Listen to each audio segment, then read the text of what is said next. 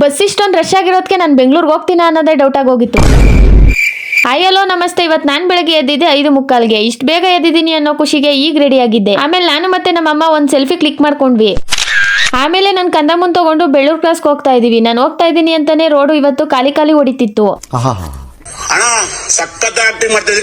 6:30ಗೆ ಬೆಳ್ಳೂರು ಕ್ಲಾಸಿಗೆ ಬಂದ್ರೆ ಇಷ್ಟೊಂದು ಜನ ಇದ್ರು. ನಾನು ಬೆಂಗಳೂರಿಗೆ ಹೋಗ್ತೀನ ಅನ್ನೋದೇ ಡೌಟ್ ಆಗಿ ಹೋಗಿತ್ತು. ಈಗ ಅನ್ಕೊಂಡ್ ನಿಂತಿರುವಾಗ ಒಂದ್ ಬಸ್ ಬಂತು. ದೂರದಿಂದ ನೋಡಿದ್ಕೆ ಬಸ್ ಬಂತಲ್ಲ ಅನ್ನೋ ಖುಷಿ ಆಯ್ತು. ಆದ್ರೆ ಹತ್ರಕ್ ಬಂದಾಗ್ಲೇ ಗೊತ್ತಾಗಿದ್ದು ಬಸ್ ಒಳಗೆ ಇಷ್ಟೊಂದು ಜನ ಇದ್ರು ಅಂತ.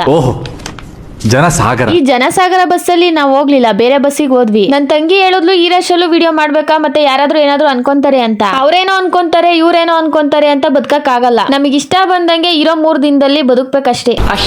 ಬಸ್ಸಲ್ಲಿ ಆರಾಮಾಗಿ ಕೂತ್ಕೊಂಡು ನಾವು ಬಂದಿದ್ದೆ ಹಾಸ್ಪಿಟಲ್ಗೆ. ಬಂದಿರೋ ರೀಸನ್ ಇಷ್ಟೇ, ನಮ್ಮ ಅಜ್ಜಿ ಕಣ್ಣು ಆಪರೇಷನ್ ಮಾಡಿಸ್ಕೊಂಡಿದ್ರು. ಇವತ್ ಬನ್ನಿ ಅಂತ ಅಂದಿದ್ರು, ಹೋಗಿದ್ವಿ.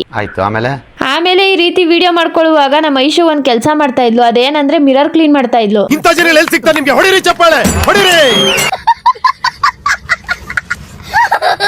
ಸ್ಕ್ಯಾನಿಂಗ್ ಮಾಡ್ಸಾದ್ಮೇಲೆ ಸ್ಪೆಕ್ಸ್ ತಗೊಳಕ್ ಬರ್ಕೊಟ್ರು ಅಂತ ಸ್ಪೆಕ್ಸ್ ನ ತಗೊಳಕ್ ಬಂದ್ವಿ. ಇಲ್ಲಿ ಸ್ಪೆಕ್ಸ್ ನ ಟ್ರಯಲ್ ನೋಡೋದೇ ಒಂದ್ ಹತ್ರ, ಆದ್ರೆ ಇಸ್ಕೊಳ್ಳೋದೇ ಇನ್ನೊಂದ್ ಹತ್ರ. ತಗೊಂಡಿರೋ ಕನ್ನಡಕನ ಹೀಗೆ ಹಿಡ್ಕೊಂಡು ಹೀಗೆ ಹೋಗಿ ನಮ್ಮ ಅಜ್ಜಿ ಕೊಟ್ಟೆ. ಈ ಹಾಸ್ಪಿಟಲ್ ಗಳಿಗೆ ಹೋದ್ರೆ ಮಧ್ಯಾಹ್ನನೂ ಆಗ್ಬೋದು ಸಂಜೆನೂ ಆಗ್ಬೋದು ನಾವ್ ಮನೆಗೆ ಹೋಗೋದು. ಇಷ್ಟೇ ಟೈಮ್ಗೆ ಮನೆಗ್ ಬರ್ತೀವಿ ಅಂತ ಹೇಳೋದಕ್ಕಂತೂ ಆಗಲ್ಲ ಬಿಡಿ.